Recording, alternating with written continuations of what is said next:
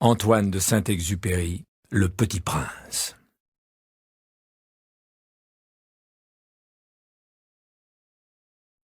Nous en étions au 8e jour de ma panne dans le désert et j'avais écouté l'histoire du marchand en buvant la dernière goutte de ma provision d'eau. « Ah, dis-je au Petit Prince, ils sont bien jolis tes souvenirs, mais je n'ai pas encore réparé mon avion et je n'ai plus rien à boire et je serais heureux, moi aussi, si je pouvais marcher tout doucement vers une fontaine. » « Mon ami le renard, me dit-il, mon petit bonhomme, il ne s'agit plus du renard. Pourquoi ? Parce qu'on va mourir de soif. » Il ne comprit pas mon raisonnement. Il me répondit « C'est bien d'avoir eu un ami, même si l'on va mourir. Moi, je suis bien content d'avoir eu un ami renard. » Il ne mesure pas le danger, me dis-je. Il n'a jamais ni faim ni soif. Un peu de soleil lui suffit. Mais il me regarda et répondit à ma pensée. J'ai soif aussi. Cherchons un puits. J'eus un geste de lassitude. Il est absurde de chercher un puits au hasard dans l'immensité du désert. Cependant, nous nous mîmes en marche. Quand nous eûmes marché des heures en silence, la nuit tomba et les étoiles commencèrent de s'éclairer. Je les apercevais comme en rêve, ayant un peu de fièvre à cause de ma soif. Les mots du Petit Prince dansaient dans ma mémoire. « Tu as donc soif, toi aussi ?» lui demandai-je. Mais il ne répondit pas à ma question. Il me dit simplement « L'eau peut aussi être bonne pour le cœur. » Je ne compris pas sa réponse, mais je me tus. Je savais bien qu'il ne fallait pas l'interroger.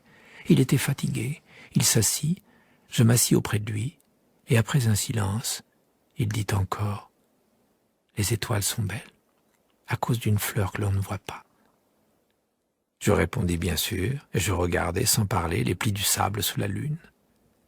« Le désert est beau, » ajouta-t-il. Et c'était vrai.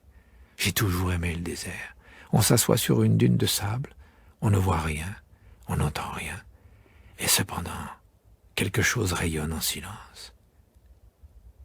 Ce qui embellit le désert, dit le Petit Prince, c'est qu'il cache un puits quelque part. Je fus surpris de comprendre soudain ce mystérieux rayonnement du sable. Lorsque j'étais petit garçon, j'habitais une maison ancienne, et la légende racontait qu'un trésor y était enfoui. Bien sûr, jamais personne n'a su le découvrir, ni peut-être même de la chercher. Mais il enchantait toute cette maison. Ma maison cachait un secret au fond de son cœur. Oui, dis-je au Petit Prince, qu'il s'agisse de la maison, des étoiles ou du désert, ce qui fait leur beauté est invisible. « Je suis content, dit-il, que tu sois d'accord avec mon renard. »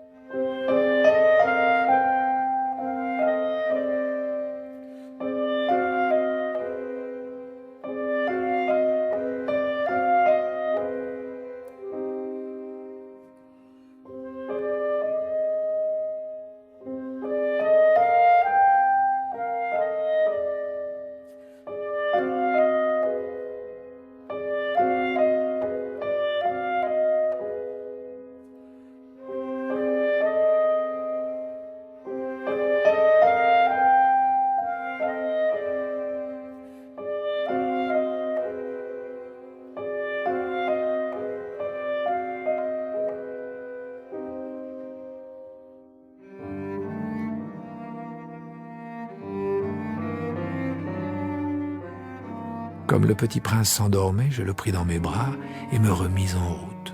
J'étais ému. Il me semblait porter un trésor fragile. Il me semblait même qu'il n'y eût rien de plus fragile sur la terre. Je regardais à la lumière de la lune ce front pâle, ses yeux clos, ses mèches de cheveux qui tremblaient au vent, et je me disais « Ce que je vois là n'est qu'une écorce.